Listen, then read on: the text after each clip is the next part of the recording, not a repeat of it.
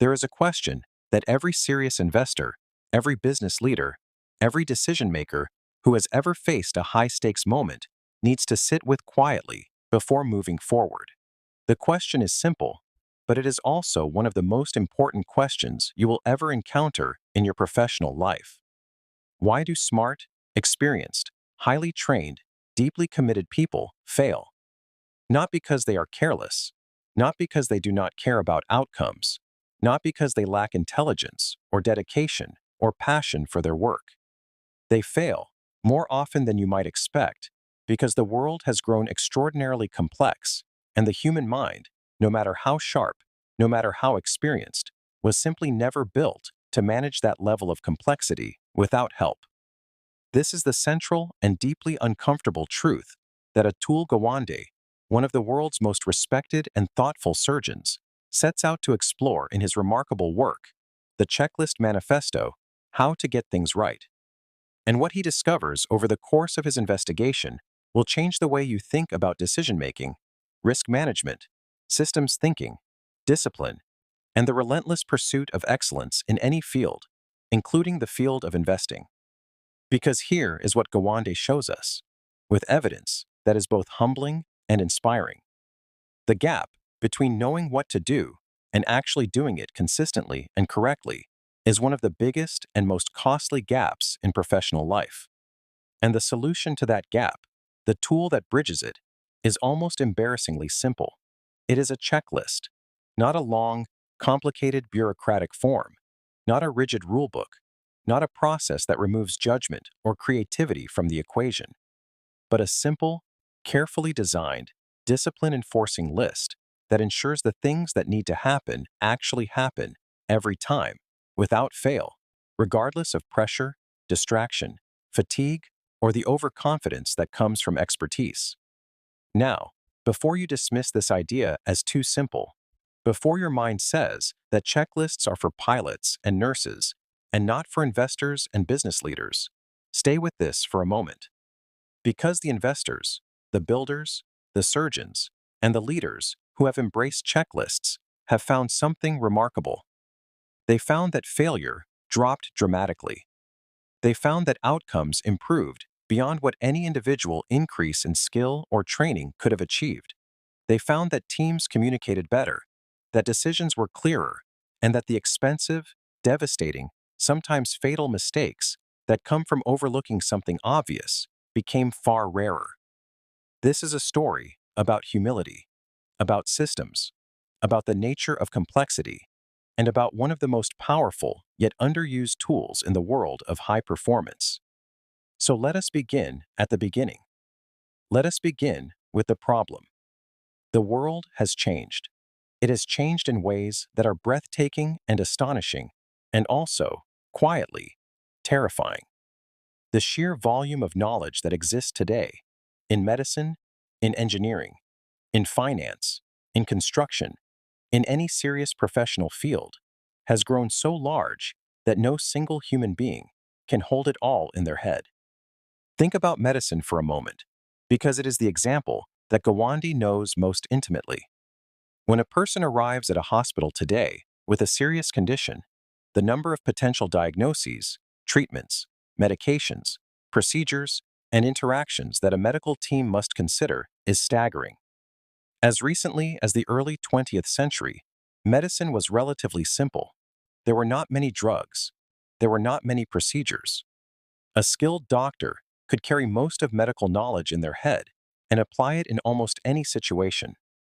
But then, knowledge exploded. New discoveries came faster and faster. New treatments emerged. New procedures were developed.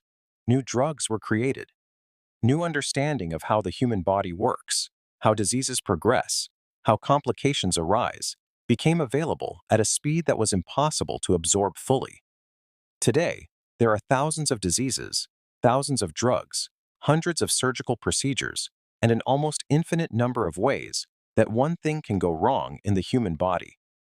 And the doctors and nurses and medical professionals who deal with this complexity every day are doing so under enormous pressure, with limited time, often in the middle of the night, often in moments of crisis, often dealing with multiple patients at once.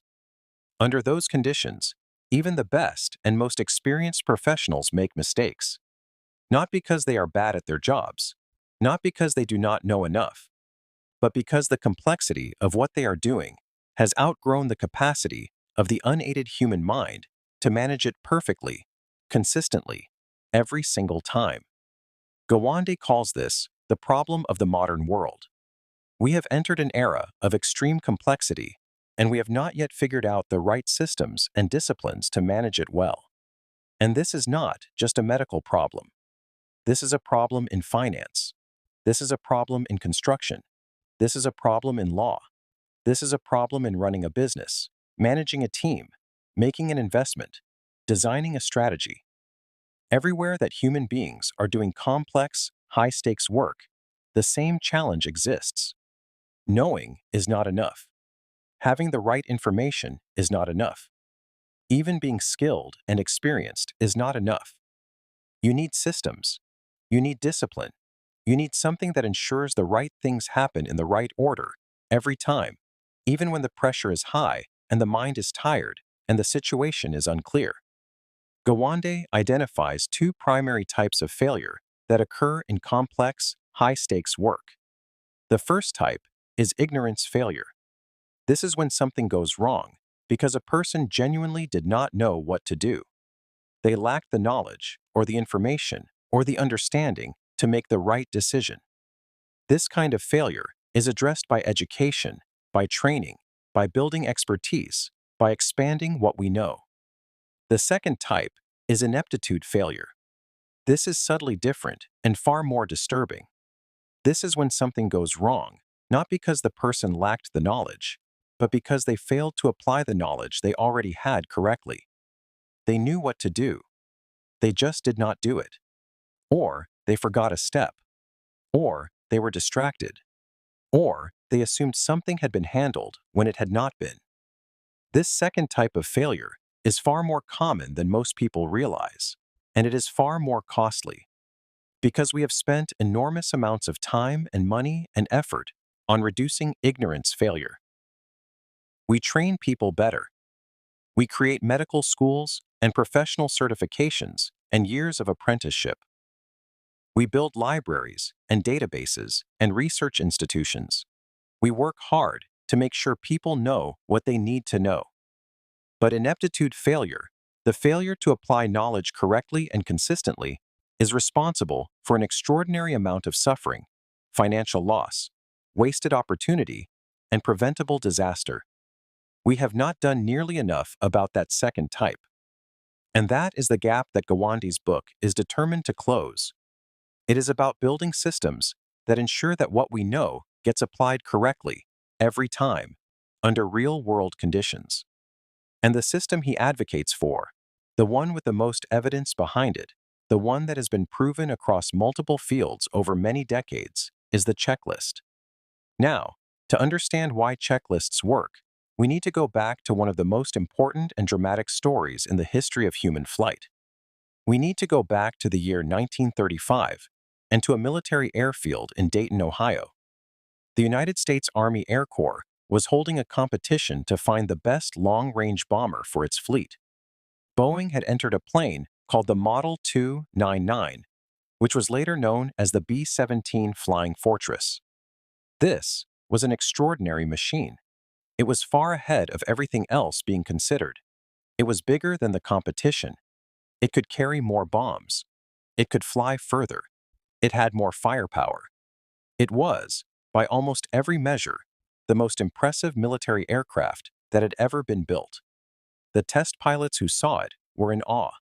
And on the day of the evaluation flight, it performed magnificently at first.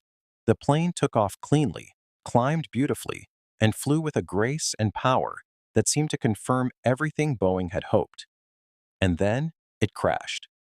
It rolled, stalled, and fell to the earth, killing 2 of the 5 crew members on board. The investigation that followed revealed something that would change aviation forever. The crash was not caused by a mechanical failure. The aircraft was in perfect working order. The crash was not caused by weather. The conditions were fine. The crash was caused by pilot error, but not the kind of pilot error you might think. The pilot who flew that day, Major Ployer Hill, was one of the most experienced test pilots in the Air Corps. He was not inexperienced or poorly trained. He was one of the best. What happened was this. The Boeing B-17 was so advanced, so complex, that it had more systems to manage than any aircraft that had come before it. There were multiple engines, each with their own controls. There were new propeller controls, new fuel controls, new hydraulics, new landing gear systems. There were so many things to remember and manage during takeoff that even an expert could be overwhelmed. On that day, Major Hill forgot to release the elevator lock, a simple mechanical device that held the control surfaces in place while the plane was on the ground. With the elevator locked, the plane could not climb properly once it was airborne. It was a simple mistake, a completely avoidable mistake. A mistake made not from ignorance, because Major Hill knew exactly what the elevator lock was and what it did, but from ineptitude, from forgetting, in the complexity of the moment, to do something he absolutely knew he needed to do. After the crash, the other test pilots gathered to think about what had happened. They concluded something that seems obvious now, but was genuinely radical at the time. They concluded that this plane was too much airplane for one man to fly from memory alone, not too complicated to understand, not too advanced to operate, just too complex to manage safely from memory alone, even for the most skilled pilot in the world. And so, they created something. They created a simple card, a short list of the critical things that needed to be checked and confirmed before takeoff, during flight, and on landing. It was not a long list. It was not a complicated document. It covered only the things that were most critical and most easy to miss under pressure. But the pilots who used it went on to fly the B-17 for a total of 1.8 million miles across all the testing that followed without a single accident. The checklist had not made them better pilots. It had not given them more knowledge or more skill. It had simply ensured that what they already knew got applied correctly every single time. This is the founding story of the modern checklist, and it is a story that Gawande returns to again and again because it contains so many of the truths he wants us to understand. The truth that complexity overwhelms even the best. The truth that expertise is not enough. The truth that simple tools, rigorously applied, can prevent catastrophic failure. Now let us bring this story into the world of medicine, because this is where Gawande has spent his career, and where some of the most compelling evidence for checklists has been gathered. Intensive care units, the ICUs of modern hospitals, are among the most complex environments that human beings have ever created. Patients in an ICU are often in critical condition, dealing with multiple failing systems in their bodies at once. They are connected to machines that monitor their heart, their lungs, their blood pressure, their brain activity. They are receiving multiple medications, some of which interact with others in ways that can be dangerous.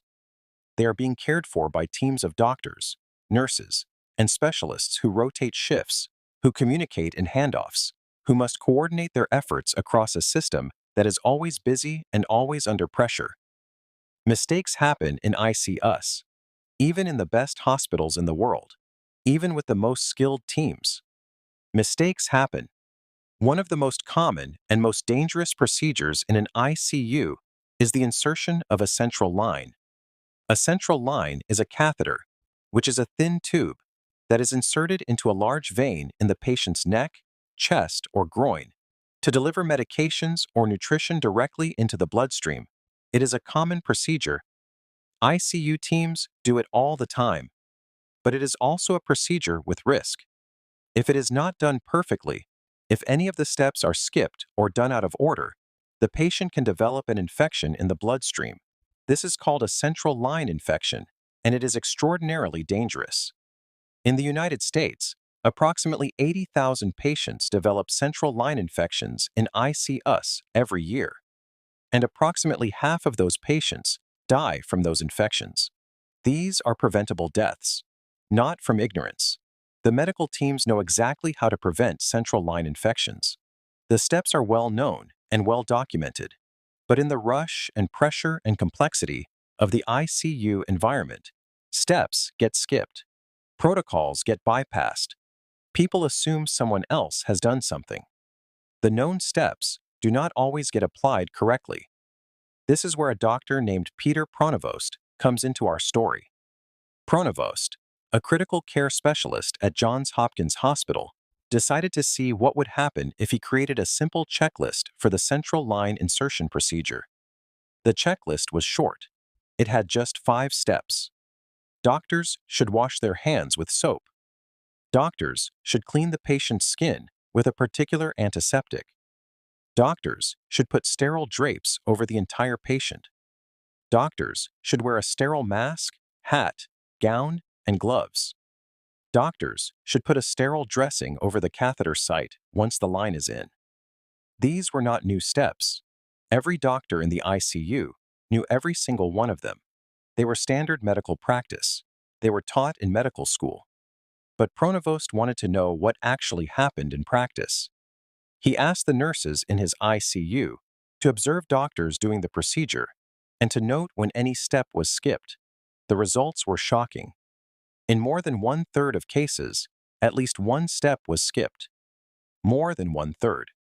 Not because the doctors did not know the steps, not because they did not care about patient safety, but because they were busy, because they were under pressure, because the ICU environment is chaotic and demanding, and because the human mind, even under the best of circumstances, does not perform at its best when it is overwhelmed with complexity.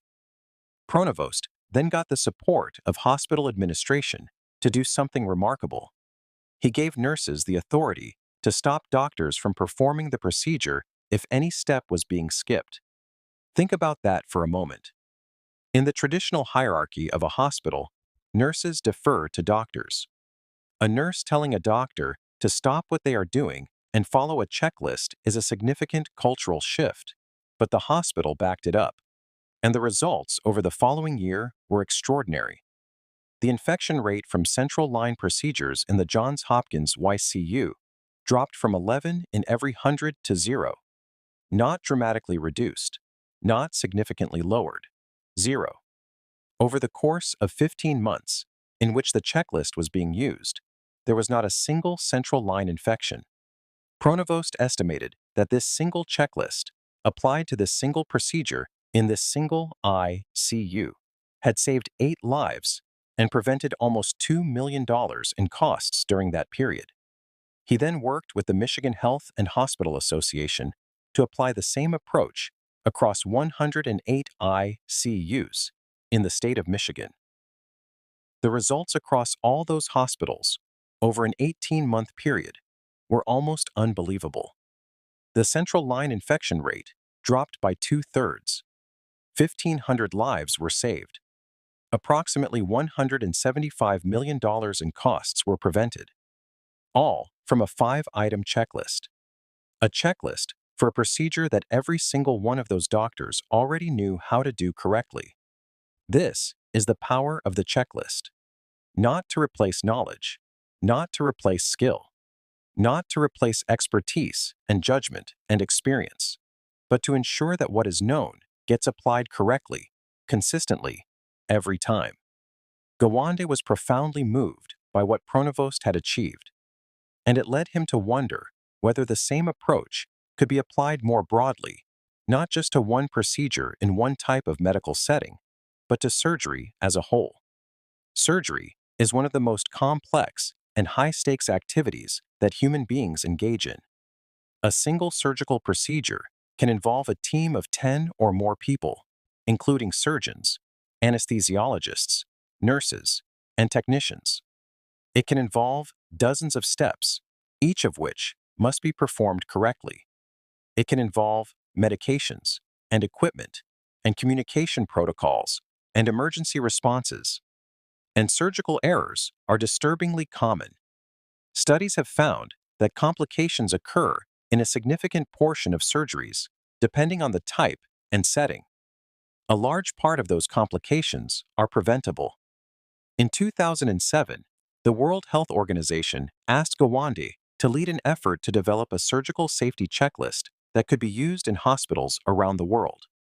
The goal was ambitious: create a simple tool that could meaningfully reduce surgical complications and deaths in hospitals ranging from the most advanced facilities in developed countries to the most basic settings in the developing world. Gawande assembled a team and began to study the problem. They looked at what kinds of errors were most common in surgery. They looked at what information teams needed to have before, during, and after an operation. They looked at what communication failures caused the most preventable harm. And they developed a 19-item checklist. The checklist was divided into 3 phases. The first phase was called the sign-in. It happened before anesthesia was administered. The team confirmed the patient's identity, the procedure being performed, the surgical site, whether the patient had any known allergies, and whether any emergency equipment or special preparations were in place. The second phase was called the timeout. It happened just before the first incision. The entire surgical team paused. Everyone introduced themselves by name and role. The lead surgeon described what the procedure would involve and what the critical steps and potential complications might be. The anesthesiologist confirmed any patient-specific concerns. The nurses confirmed that sterility had been confirmed and that all necessary equipment was available. The third phase was called the sign-out. It happened after the surgery, before the patient left the operating room. The team confirmed the name of the procedure that had been performed, confirmed that the instruments and sponges were all accounted for, reviewed any specimens that needed to go to the laboratory, and addressed any issues that needed follow-up. 19 items in total, divided across 3 moments in the surgical process. And then, Gawande and his team tested this checklist in 8 hospitals around the world, from high-income countries to low-income countries, from urban centers to rural settings, from hospitals with the most advanced resources to hospitals with almost none. The results were published in the New England Journal of Medicine in 2009, and they were remarkable.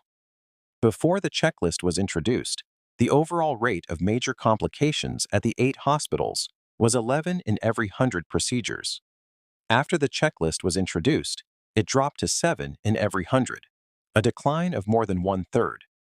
Death rates before the introduction were 1.5 in every 100 cases. After the checklist was introduced, they fell to roughly 8 in every 1,000, roughly a reduction by half. And critically, these improvements were not just seen in the hospitals with fewer resources. Every single one of the 8 hospitals, including the most advanced facilities in wealthy countries, showed significant improvement. This was extraordinary. These were not poorly trained surgeons learning new techniques.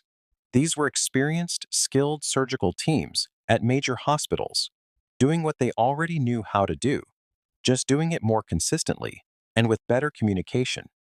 The checklist had made the difference. Gawande describes walking into an operating room after the checklist had been introduced and experiencing something he had not expected. The atmosphere felt different. There was more clarity. There was more communication. There was a sense that every person in the room was genuinely part of a team, rather than a collection of individuals, each focused on their own role. The timeout, in particular, had changed something important. Before the checklist, surgical teams often did not introduce themselves. You might spend several hours in a room with people whose names you did not know. In an emergency, you might have to shout for help without being sure who you were shouting to. After the checklist, everyone knew each other's names. That simple change, just knowing who the people in the room were, made a significant difference to communication and to the willingness of junior team members to speak up if they noticed something wrong. This connects to one of the deeper insights of the Checklist Manifesto. It is not just that checklists prevent people from forgetting steps. It is also that checklists create the conditions for better teamwork, clearer communication, and greater psychological safety. When you build a pause into a complex process, when you create a formal moment where the team checks in with each other, you do something that pure expertise and skill alone cannot do. You create a shared understanding of the situation. You give every person in the room, regardless of rank or experience, a formal opportunity to speak. You distribute accountability. And distributed accountability turns out to be far more reliable than individual accountability, especially under pressure. Now, there is something important to understand about why Gawande's message was so difficult for some professionals to hear. Doctors are not the only people who resist checklists. Many highly skilled professionals in many fields resist them. And the reason is fundamentally about identity and pride. When you have spent 10 or 15 or 20 years becoming an expert in your field, when you have passed through years of training and testing and experience to reach the level you are at, the idea that you need a checklist to do your job properly can feel insulting. It can feel like someone is saying you are not good enough. It can feel like someone is questioning your competence. Gawande himself felt this resistance initially. He describes the moment when he was first presented with the WHO checklist he had helped create and was asked to use it in his own operating room. Despite being the person who had designed it and championed it, despite knowing the evidence behind it, he felt reluctant. Because using the checklist felt at some level like admitting that he needed it, like admitting that he might make mistakes without it. And for a surgeon, for someone who has spent their entire professional life working to master the extraordinary complexity of their craft, that admission is not easy. But this resistance, Gawande argues, is precisely what needs to be overcome. Because the evidence is clear. The most skilled professionals in the world make more mistakes without checklists than they do with them. Not because they are incompetent, not because they are careless, but because the work they do is genuinely complex enough that the unaided human mind cannot manage it perfectly, consistently, under real-world conditions. Expertise does not make you immune to ineptitude failure. If anything, expertise can make it worse, because the confidence that comes from mastery can lead to overconfidence, and overconfidence leads to skipping steps, to assuming things are fine when they may not be. This is a lesson with enormous implications for investors. Because investing, particularly serious, high-stakes, long-term investing, is itself an enormously complex activity. It involves understanding businesses, industries, economies, human behavior, financial statements, competitive dynamics, management quality, technological change, regulatory environments, and dozens of other variables, all at the same time, all interacting in ways that are often unpredictable. And the investors who do it most successfully are not simply those who have the most knowledge or the most analytical power. They are those who have the best systems, those who have built the disciplines and processes that ensure the right things get considered at the right times, that known risks get evaluated consistently, that emotional biases do not override rational analysis, that the important steps do not get skipped in the excitement or pressure of a deal.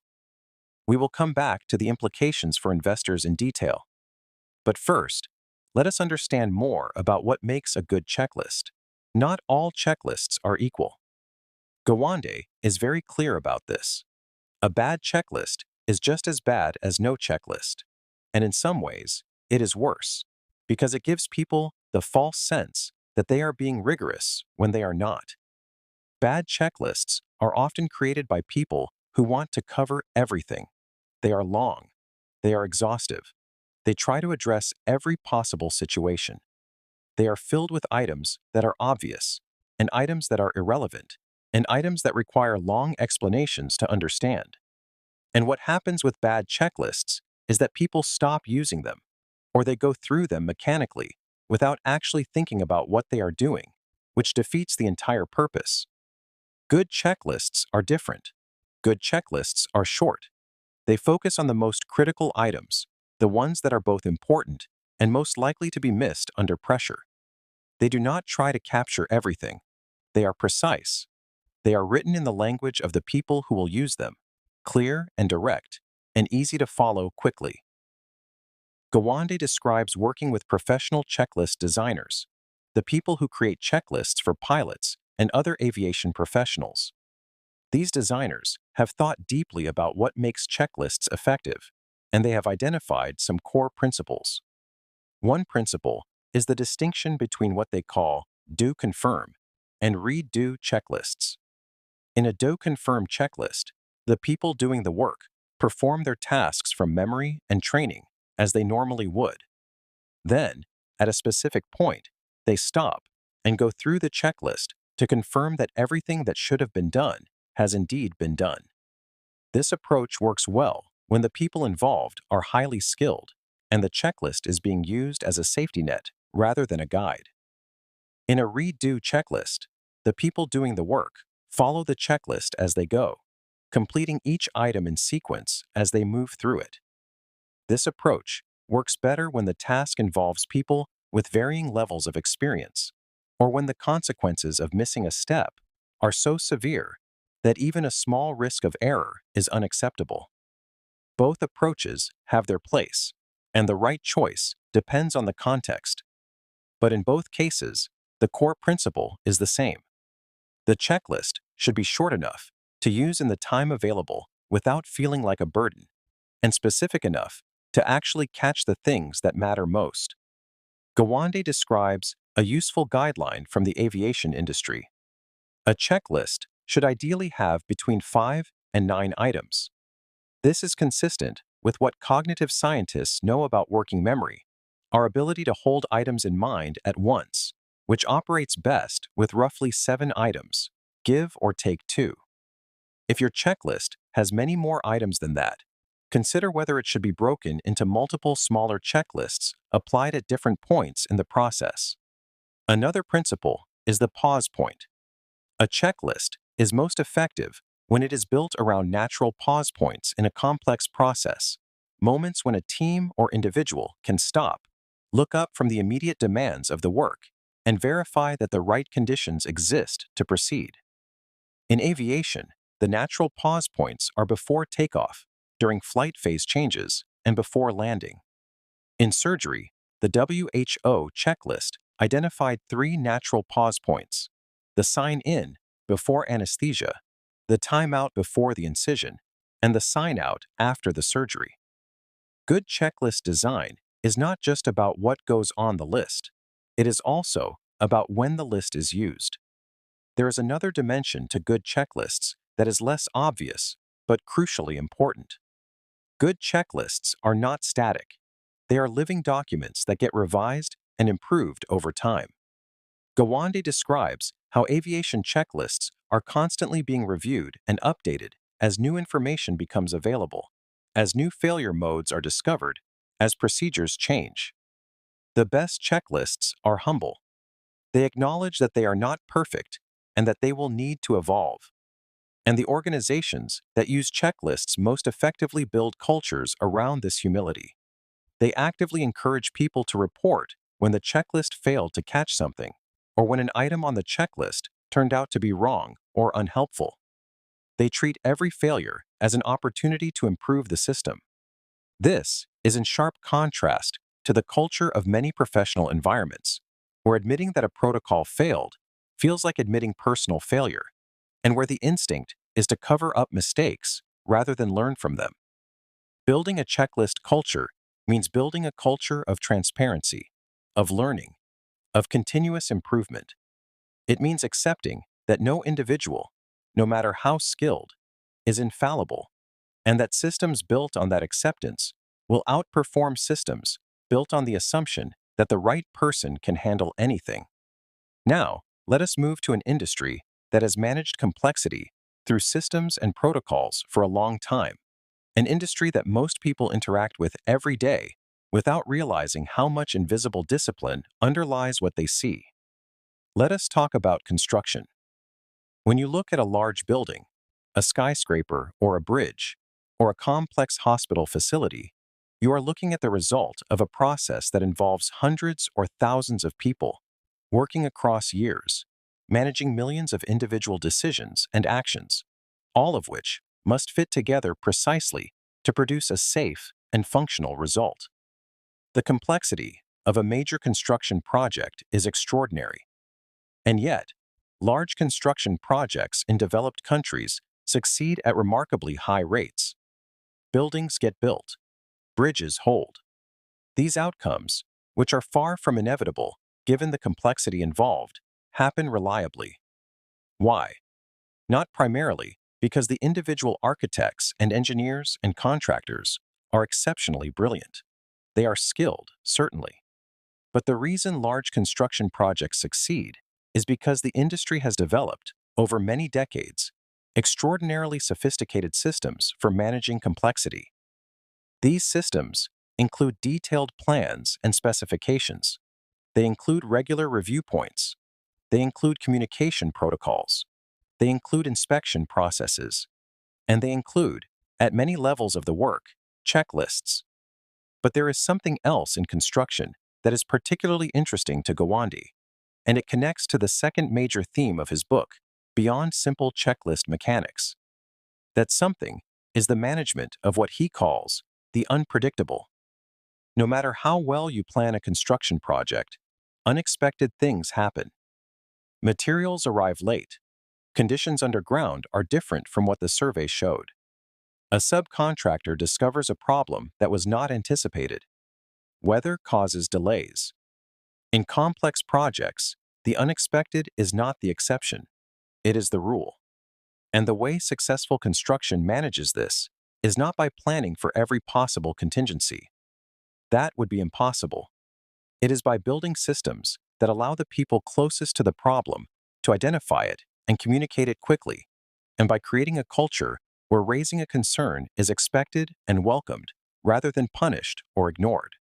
Gawande tells the story of an incredibly complex building project, a high-end residential building in Lower Manhattan, to illustrate how modern construction management works. The project involved multiple contractors and subcontractors, managing thousands of specific tasks over a construction period that lasted years. The project manager he speaks with describes the impossibility of any single person or even a small leadership team overseeing every decision. There are simply too many of them. What works instead is a system of scheduled coordination meetings, communication protocols, and accountability checks that distribute the management of complexity across the whole team.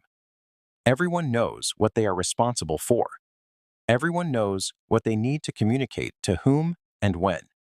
The system is designed so that problems get surfaced and solved quickly, rather than hidden and discovered late. And this is where Gawande makes one of his most interesting and far-reaching observations. He suggests that there are two fundamentally different kinds of complex problems in the world. The first kind is what he calls complicated problems. A rocket ship is complicated. It has an enormous number of parts and systems, but those parts and systems interact in predictable, well-understood ways. Once you have figured out how to build a rocket ship, you can build another one using the same plans. The solution is transferable. The second kind is what he calls complex problems.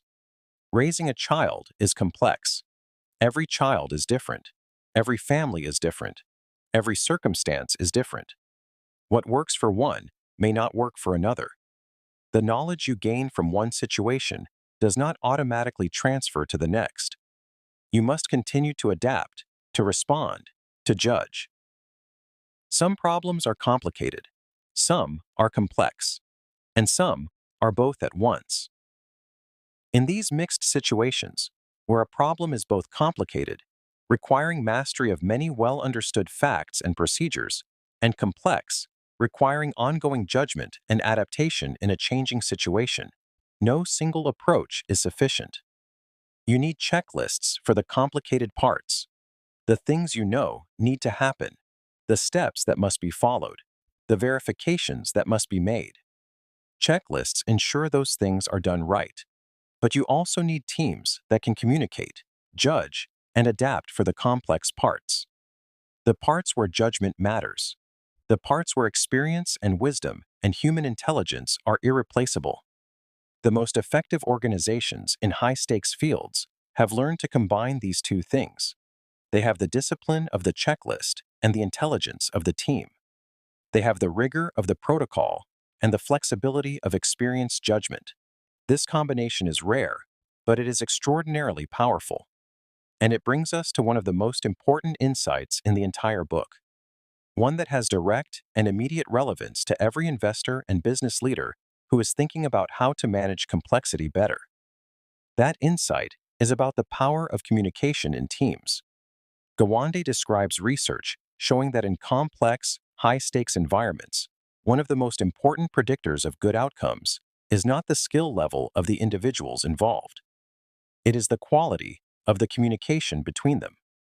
Teams that communicate well, that share information freely, that feel safe raising concerns, that check in with each other at the right moments, consistently outperform teams of equally skilled individuals who do not communicate well. This finding comes from multiple fields and multiple research traditions. In aviation, investigators studying air crashes found that a disproportionate number of crashes involved a situation where the first officer, the co-pilot, noticed something wrong but did not feel able to speak up to the captain. The crash was caused not by a lack of knowledge, but by a failure of communication. In surgery, similar patterns have been found. The nurse who noticed the sponge count was off but did not speak up. The anesthesiologist who saw the blood pressure dropping but waited too long to say something. The resident who had a concern about the procedure but deferred to the senior surgeon's authority. In finance, in business, in any team working on complex problems, the same dynamic plays out. The person with the crucial piece of information does not share it, either because they do not feel safe doing so, or because they assume someone else already knows, or because the culture of the organization discourages challenge and question. And disasters result. The checklist, particularly the pause and communication elements of a good checklist, is one of the most powerful tools available for breaking through these communication barriers.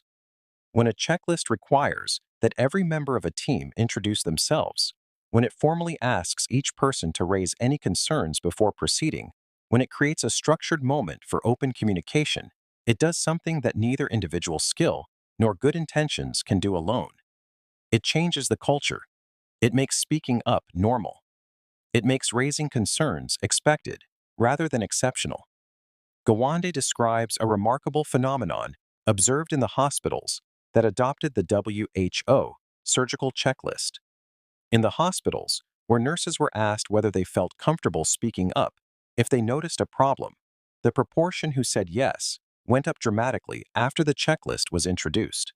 Before the checklist, in many hospitals, nurses felt that speaking up to a surgeon was risky, that their concerns would be dismissed, that they might be seen as overstepping.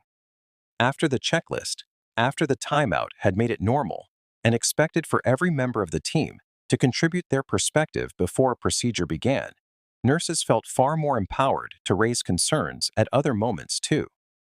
The checklist had changed the culture of the room. And that cultural change led to better outcomes, not just during the formal checklist moments, but throughout the entire procedure. This is perhaps the most underappreciated benefit of checklists. They are not just tools for catching missed steps.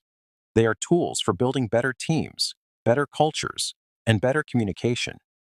And now, let us look at what happens when complexity is not managed well, when systems fail, when the culture that should support good process breaks down entirely. Let us look at the financial crisis of 2008. Because Gawande addresses this directly, and what he finds in the world of finance, the financial crisis of 2008 was one of the most devastating economic events in living memory. Trillions of dollars in value were wiped out. Banks that had been considered unshakable failed or came close to failing. Millions of people lost their jobs, their homes, their savings. And the question that everyone asked in the aftermath was the same question that investigators asked after aviation disasters and surgical failures. How did this happen? not the surface-level answer about mortgage-backed securities and credit default swaps and leverage ratios. The deeper answer: how did extraordinarily smart, highly educated, extremely experienced professionals in some of the world's most sophisticated financial institutions make such catastrophic errors? The answer, when it is examined carefully, is the same answer that applies in medicine and aviation. They were operating in an environment of extraordinary complexity, and they did not have adequate systems for managing that complexity. They were relying on individual judgment and individual expertise in situations where the interactions between variables were too numerous and too complex for individual judgment and expertise alone to be reliable. They were skipping steps. They were making assumptions. They were cutting corners under pressure. They were allowing the excitement and confidence of a bull market to override the rigor and caution that the underlying risks required. They were experiencing ineptitude failure on a massive scale, not because they were stupid, not because they were careless in the ordinary sense, but because they were human beings operating without adequate systems in an environment of extreme complexity under conditions of enormous pressure and competitive urgency. Does this sound familiar? It should, because it is exactly the same dynamic that leads to surgical complications, aviation accidents, and construction disasters. Complexity without systems leads to failure. And the solution, as Gawande argues with compelling evidence, is not to find smarter people or train them better. It is to build better systems. It is to create the disciplines and protocols that ensure the right things happen consistently, that the important questions get asked every time, that the critical risks get evaluated, that the steps that need to be taken are actually taken. It is to build checklists, not as bureaucratic formalities, not as compliance exercises, but as genuine tools of rigor and discipline that protect even the most skilled professionals from the inevitable limitations of the unaided human mind. Now let us talk specifically about the investment world and what a systematic, checklist-based approach to investing actually looks like in practice, because the principles are clear, the evidence is compelling. But the practical question remains: what do you actually put on your investment checklist? Gawande does not prescribe a universal investment checklist because the right checklist depends on the specific context, the type of investment, the philosophy of the investor, and the particular risks that are most relevant to each decision. But he gives us the principles of good checklist design, and we can apply those principles directly to the investment context. Let us start with the most fundamental question that any investment checklist should address. Do we understand this business? This sounds simple, but it is remarkable how often investors commit capital to businesses they do not genuinely understand, either because the opportunity seemed obvious and the story was compelling, or because time pressure made thorough understanding seem impossible, or because the investor's ego made admitting confusion feel like weakness. A good investment checklist forces this question to be answered honestly and specifically. Not, do we have a general sense of what this company does? But, can we explain clearly and precisely how this business makes money, what its cost structure looks like, how its revenue is generated, what drives its growth, and what could cause its performance to deteriorate? If the honest answer to that question is no, or not yet, the checklist stops the process until that gap is filled. That alone is worth enormous amounts. The next fundamental question that every serious investment checklist should address is the question of competitive advantage. Does this business have a durable, defensible advantage over its competitors? This is not a question that can be answered with a general yes or no. It requires specific, grounded analysis. Where exactly does the advantage come from? Is it a cost advantage? Is it a brand advantage? Is it a network effect? Is it a switching cost? Is it a regulatory barrier? Is it intellectual property? Is it a combination of these things? And critically, is that advantage durable, or is it at risk from competitive pressure, technological change, or shifting customer preferences? These are the kinds of specific, probing questions that get skipped when investors are excited about an opportunity and the story is compelling. A checklist ensures they get asked. Then, there is the question of management. Who is leading this business, and are they the right people to be doing so? This is one of the most important questions in investing and one of the hardest to answer well. But it is also one of the easiest to handle superficially when you are excited about an opportunity. A good investment checklist does not allow a superficial treatment of management quality. It requires specific, documented evidence. What is the track record of this management team in terms of capital allocation decisions, in terms of meeting commitments to investors, in terms of navigating difficult periods for the business? Do they have a genuine competitive insight, or are they largely benefiting from a favorable industry environment? Do they treat shareholders as partners or as a source of capital to be managed? Do they communicate clearly and honestly, even when the news is bad? These questions are hard to answer with certainty, but asking them rigorously, every time, is far better than not asking them at all. The financial analysis section of an investment checklist is where many investors spend the most time, and rightly so. But even the most sophisticated financial analysis can be undermined by poor checklist discipline. Specifically, a good investment checklist should require not just that the financial analysis be completed, but that the key assumptions underlying it be identified and explicitly challenged. What is the revenue growth assumption, and what evidence supports it? What is the margin assumption, and is it consistent with the competitive dynamics of the industry? What is the capital expenditure assumption, and does it adequately reflect the investment required to maintain or grow the business? What happens to the investment thesis if revenue growth is half of what we expect? What happens if margins compress by a certain amount? What happens if the interest rate environment changes? What happens if a key customer is lost? These stress tests are not exotic or complicated, but they are easy to skip when the base case looks attractive and the pressure to move quickly is high. A checklist ensures they happen. Then, there is the question that many investors find most uncomfortable to address explicitly, even though it is among the most important. What would cause us to be wrong? This is the pre-mortem question. Gawande describes the pre-mortem as one of the most powerful tools available for improving decision quality in high-stakes situations. A pre-mortem works like this. Before you make a decision, you assume that the decision has already been made, that you have already committed, and that the outcome has been disastrous. You then work backwards and ask, given that this has gone catastrophically wrong, what most likely caused it? This mental exercise is extraordinarily valuable because it forces you to inhabit a mindset that is very different from the one you are in when you are excited about an opportunity. When you are excited about an opportunity, your mind is naturally seeking confirmation. It is looking for reasons why your thesis is correct. The pre-mortem forces it to do the opposite. It forces it to look seriously for the ways your thesis could be wrong.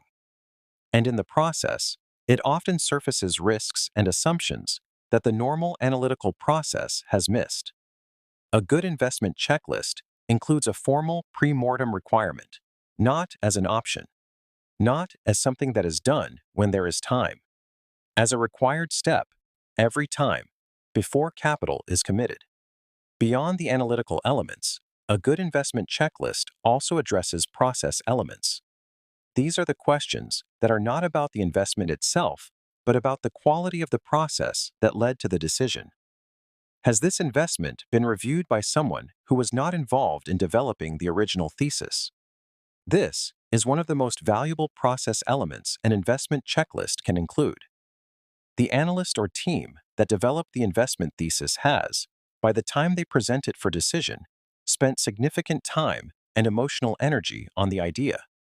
They have become advocates for it, even if they are trying their best to be objective.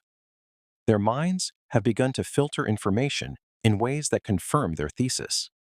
Having the decision reviewed by a fresh set of eyes, by someone who comes to it without that history and without that emotional investment, is one of the most effective ways to catch the analytical blind spots that advocacy creates.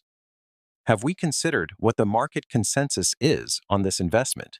And do we have a specific reason to believe the consensus is wrong? This is a question that connects to one of the foundational principles of intelligent investing. To outperform a market, you need to hold a view that is different from the consensus view and be more right than the consensus.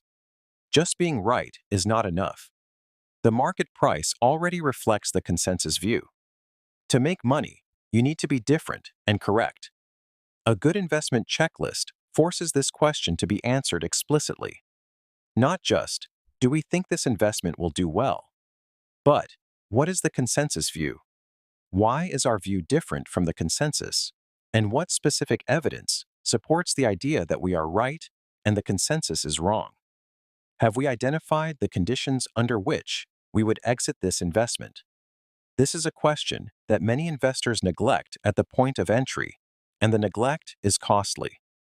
If you do not know, before you buy, under what conditions you will sell, you are setting yourself up for one of the most common and costly investment mistakes, which is holding a position that has gone against you for too long because you are waiting for it to come back, rather than because the investment thesis still holds.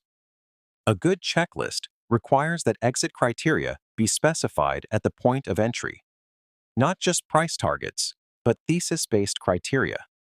If the revenue growth that we are assuming fails to materialize after a certain period, we will reassess. If the management team makes a specific type of capital allocation decision that contradicts our thesis, we will reassess. If the competitive dynamics of the industry change in a specific way, we will reassess. Having these criteria written down, specified, and formally acknowledged is not a guarantee that you will always make the right exit decision.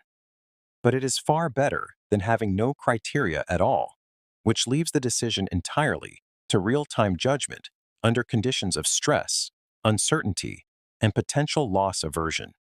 Now, there is a question that any thoughtful investor will be asking at this point. This all sounds sensible, even compelling. But why is it not already standard practice? Why, if systematic investment processes are more reliable than unsystematic ones, do so many investment firms not have rigorous, consistently applied investment checklists? The answers are several, and they are the same answers that explain why surgical checklists were not adopted sooner, why aviation adopted them only after a series of devastating crashes, and why construction made the transition to systematic project management slowly and unevenly. The first answer is professional culture. In many investment firms, the most successful investor is the most powerful voice. The person who has made the best calls, who has the longest track record, who is the most confident and the most articulate, tends to dominate decisions. And that person, precisely because they have been successful, is often the most resistant to systematic processes that would constrain or challenge their judgment. They have built their reputation on their individual skill and insight. Acknowledging that those alone might not be sufficient, that a checklist might catch something they miss, feels threatening to both their identity and their standing. This is the same dynamic that Gawande observed in medicine, where the most senior and experienced surgeons were often the most resistant to the WHO checklist. And the solution is the same in both contexts. Leadership must model the behavior. The most senior people in the organization must demonstrate, through their own consistent behavior, that they take the checklist seriously, that they go through it genuinely and thoughtfully, and that they welcome the accountability it creates. When the most respected figure in the room treats the checklist as important, everyone else does too. When the most respected figure in the room treats it as a formality, everyone else will too. The second answer is the illusion of differentiation. Many investors believe, often sincerely, that their edge comes from their unique insight, their proprietary research, their superior analytical models, their special understanding of particular industries or companies. And while those things are genuinely valuable, they are also genuinely vulnerable to the kinds of systematic errors that a good process helps prevent. The firm with the most insightful analysis But the worst process discipline will, over time, be outperformed by the firm with slightly less insightful analysis, but much better process discipline. Because discipline compounds. Consistent error prevention compounds. The benefit of not making certain costly mistakes repeatedly, year after year, is enormous when measured over a long investment horizon. The third answer is short-term pressure. Investment firms, like many professional organizations, often face significant pressure to act quickly, to deploy capital, to make decisions under time constraints.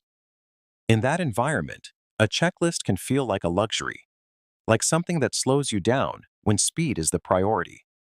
But this reasoning is almost always flawed. The cost of a bad investment, made quickly without adequate process, vastly outweighs the cost of a good investment, made slightly more slowly because the checklist was completed properly. The pre-mortem that takes an afternoon to complete properly can prevent a loss that takes years to recover from. The one additional question on the checklist that seemed like a formality is often the question that, when answered honestly, reveals the flaw in the thesis. Speed without rigor is not an advantage, it is a liability. And the firms that have built strong process disciplines, that have made rigor a priority even under time pressure, are the firms that demonstrate the most consistent performance over the long term. Now, let us move beyond the mechanics of checklists and the specifics of investment process, and think about something deeper. Think about what Gawande is really saying about the nature of expertise, about what it means to be truly excellent at something in the modern world. In the traditional view of expertise, the most expert person is the one who knows the most, who has the most skill, who can perform the most difficult tasks with the most consistency. This view is not wrong. Knowledge and skill are genuinely important. You cannot replace them with a checklist. But Gawande is arguing that this view is incomplete. In a world of extreme complexity, true expertise requires something more than knowledge and skill. It requires the wisdom to understand the limits of your own knowledge and skill. It requires the humility to accept that even the most experienced and capable human mind has limitations under real-world conditions. It requires the discipline to build and use systems that compensate for those limitations. And it requires the courage to apply those systems consistently, even when your ego resists them, even when the pressure of the moment makes cutting corners feel justified. The pilot who goes through the pre-flight checklist before every single flight, even after 20 years of flying without incident, is not demonstrating weakness. They are demonstrating the deepest kind of professional wisdom. They are demonstrating that they understand the difference between experience, which tells them what to do, and discipline, which ensures they actually do it. The surgeon who pauses for the timeout before every single operation, even the ones they have performed hundreds of times, is not demonstrating insecurity. They are demonstrating that they have genuinely internalized the lesson that the checklist exists to teach. That complexity does not respect experience. That ineptitude failure can happen to anyone, at any time, under the right conditions of pressure and distraction. And the investor who goes through the investment checklist before every single investment decision, even the ones that seem most obvious and straightforward, is not demonstrating a lack of confidence in their analysis. They are demonstrating that they understand how their best work gets done. Not by their unaided mind, working under pressure, influenced by excitement and competitive urgency, but by their analytical skill, guided and supported and protected by a systematic discipline that ensures all the right questions get asked every time. There is a beautiful passage in the Checklist Manifesto where Gawande talks about the relationship between discipline and freedom. Many professionals resist checklists because they feel constraining, because they feel like they limit creativity and judgment and the exercise of expertise. But Gawande argues that the opposite is true. Discipline in the fundamentals creates freedom in the complex. When the things that should be routinely correct are reliably correct, because the checklist ensures it, the professional's full attention and energy can go to the things that genuinely require their unique skill, and judgment. The surgeon, who is not spending mental energy worrying about whether the antibiotics were administered correctly, because the checklist confirmed they were, can give their full attention to the challenging technical aspects of the procedure. The investor who is not spending mental energy second-guessing whether they have done their financial analysis properly, because the checklist confirmed they have, can give their full attention to the higher-order question of whether the investment thesis is genuinely compelling. The checklist handles the known. It frees the professional to focus on the unknown. This is not a constraint on expertise. It is a support system for it. It is the infrastructure that allows expertise to be applied at its highest and most effective level. Let us now think about what happens inside organizations over time when they genuinely embrace this philosophy. When a firm, whether a hospital or an investment firm or a construction company or any other complex professional organization, genuinely builds a culture of checklist discipline, something remarkable happens over time. The culture of the organization begins to change in ways that go beyond the checklists themselves. Communication improves because people are accustomed to formal moments of checking in and verifying and raising concerns. Accountability becomes distributed because everyone knows what their role is in the process and what they are specifically responsible for ensuring. Learning accelerates because errors get caught earlier and more consistently, and the analysis of what went wrong and why leads to continuous improvement of the checklist and the process. Psychological safety increases because the formal structure of the checklist normalizes the act of raising concerns and questioning assumptions, and that normalization carries over into informal interactions as well.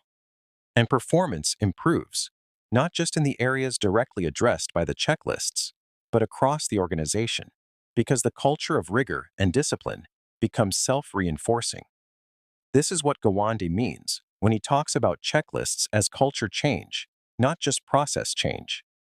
The checklist is the visible mechanism, but the invisible transformation is in how people in the organization think about their work, about accountability, about the relationship between individual expertise and collective discipline. And that invisible transformation is often more valuable than any specific outcome that any individual checklist produces. This is why Gawande's book is not just about checklists. It is about a fundamentally different way of thinking about professional excellence in a complex world. A way that is less focused on identifying and empowering individual genius and more focused on building systems and cultures that enable ordinary talented people to perform extraordinary things consistently. This is a shift that many organizations find difficult because it challenges some deeply held assumptions about how good outcomes are produced. The assumption that outstanding individuals are the primary driver of outstanding performance is deeply embedded in most professional cultures. We celebrate the brilliant surgeon. We celebrate the legendary investor. We celebrate the visionary architect. We celebrate individual genius. And individual genius is real and valuable. But Gawande's research suggests that individual genius, operating without strong systems and disciplines, is also fragile and unreliable. The brilliant surgeon who does not use a checklist makes more preventable errors than the merely good surgeon who does. The legendary investor who does not follow a systematic process makes more avoidable mistakes than the merely competent investor who does. Individual ability is a starting point, not a finishing point. The finishing point is individual ability combined with systemic discipline. That combination is what reliably produces the best outcomes in medicine, in aviation, in construction, and in investing. Now let us take this thinking all the way to its conclusion, because Gawande does, and the conclusion is both practical and philosophical in a way that is worth sitting with. Gawande ends his book by returning to his own experience as a surgeon. He describes using the WHO checklist in his own operating room, the checklist he had helped create, the one he had championed based on evidence he found overwhelming. And he describes the moment when, during a routine timeout, one of the nurses raised a concern that he, as the lead surgeon, had not considered. It was not a major concern. It was not a dramatic catch. But it was something that, without the checklist creating the formal pause and the formal invitation for every team member to speak, would not have been raised until it potentially became a problem. And Gawande's reaction to that moment is what he wants us to understand. He did not feel undermined.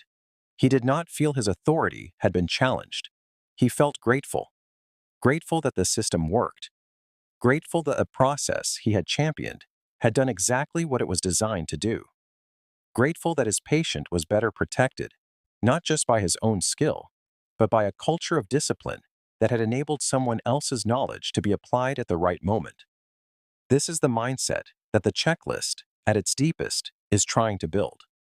Not the mindset of, I need a reminder because I am not good enough, but the mindset of, I use a system because I am serious about excellence, and excellence in complex work requires more than individual brilliance.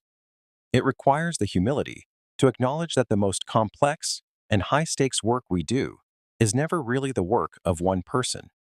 It is always the work of a team, a culture, a set of systems and disciplines operating together in a way that enables the best performance from every individual and every interaction.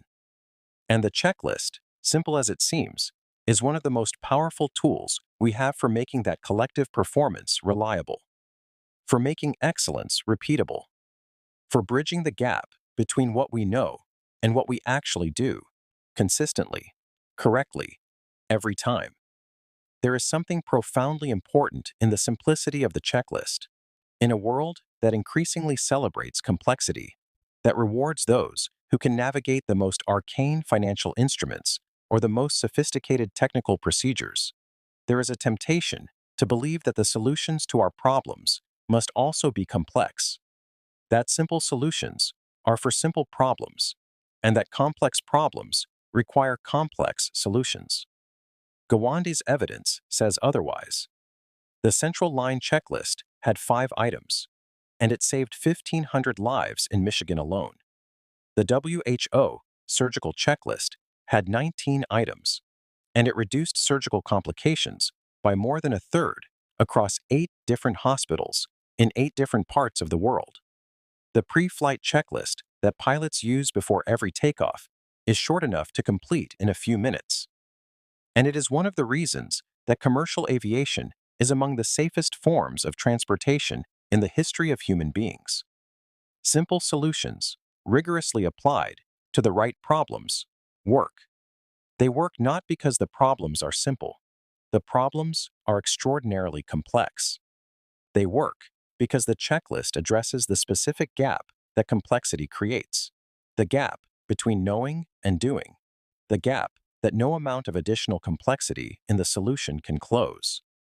Only discipline closes that gap.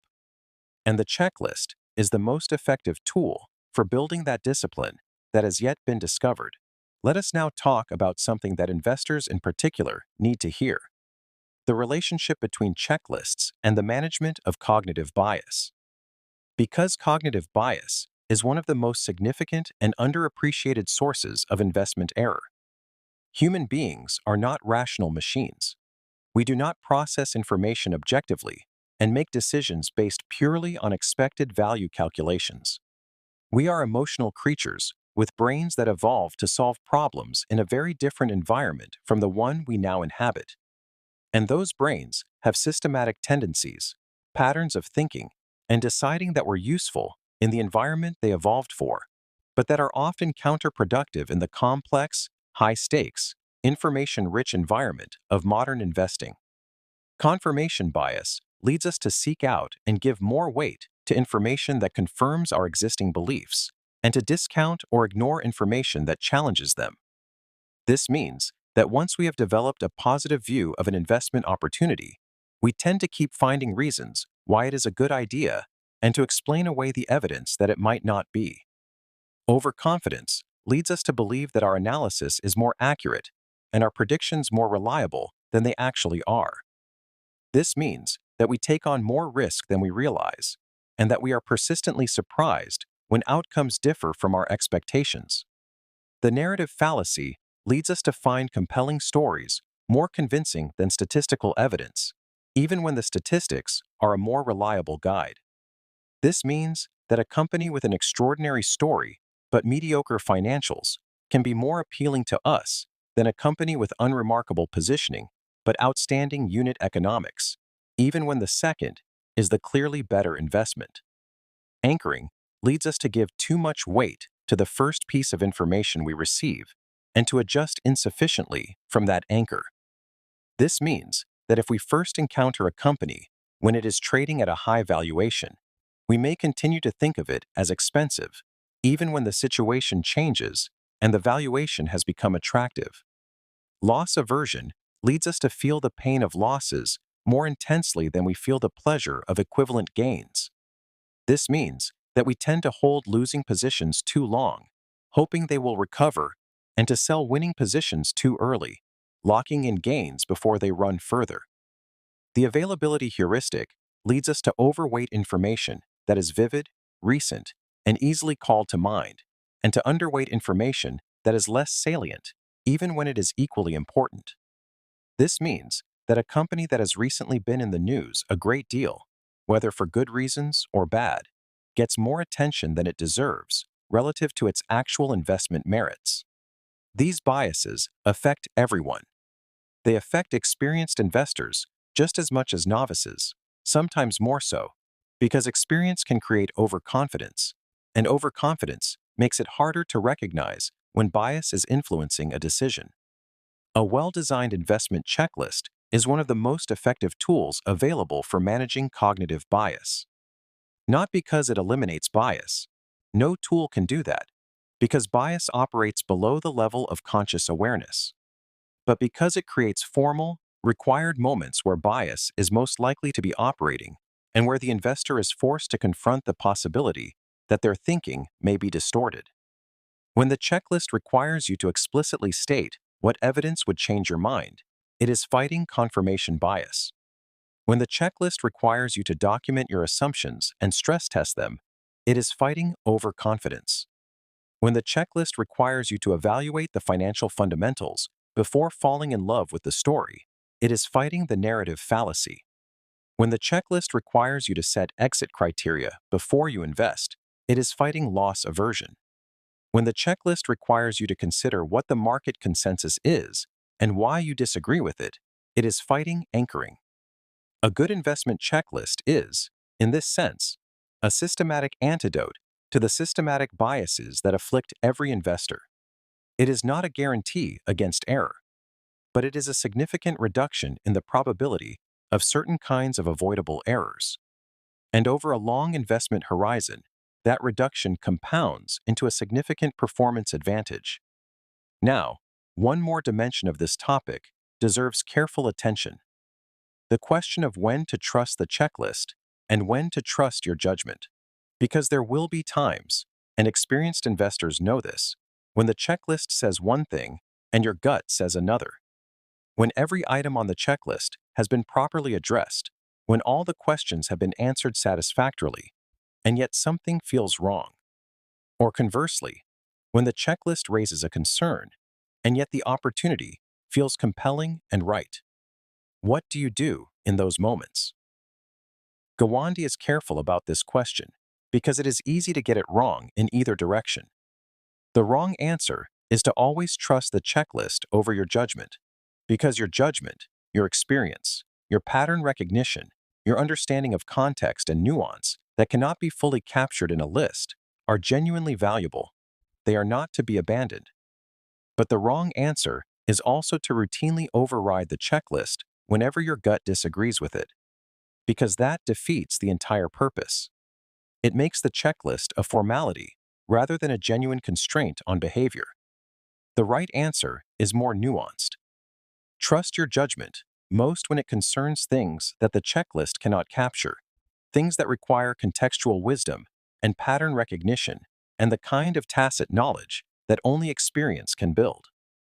But distrust your judgment most when it is telling you to skip or dismiss a concern that the checklist has formally raised, because the checklist raises concerns systematically and explicitly. If you are dismissing a concern that the checklist has required you to confront, you need a very specific and articulable reason for doing so, one that is documented and subject to review. Not a vague feeling that it does not apply in this case, not a sense that you know better. A specific, reasoned argument for why this concern, which the checklist correctly identifies as generally important, does not apply to this specific situation. And if you cannot articulate that argument clearly and specifically, the right response is to address the concern properly before proceeding. This is the discipline that the checklist is designed to create. Not blind obedience to a list, but a thoughtful, principled discipline that takes every formally identified concern seriously and requires a good reason for each one that is resolved or overridden. That discipline, applied consistently, is what separates the investment process that is genuinely rigorous from the one that is merely formally compliant. Let us now come to the end of this journey through Gawande's remarkable work. Let us bring together everything we have covered and think about what it all means for anyone who is serious about getting things right in a complex world. The world is complex, more complex than any individual mind can fully manage. That complexity creates a specific kind of failure, ineptitude failure, that is separate from and additional to the ignorance failure that education and training address. Ineptitude failure happens not because people do not know what to do, but because they fail to do what they know, consistently and correctly, under real-world conditions of pressure and distraction. The most effective solution to ineptitude failure, the solution with the most evidence behind it from the most diverse range of fields, is the disciplined use of well-designed checklists.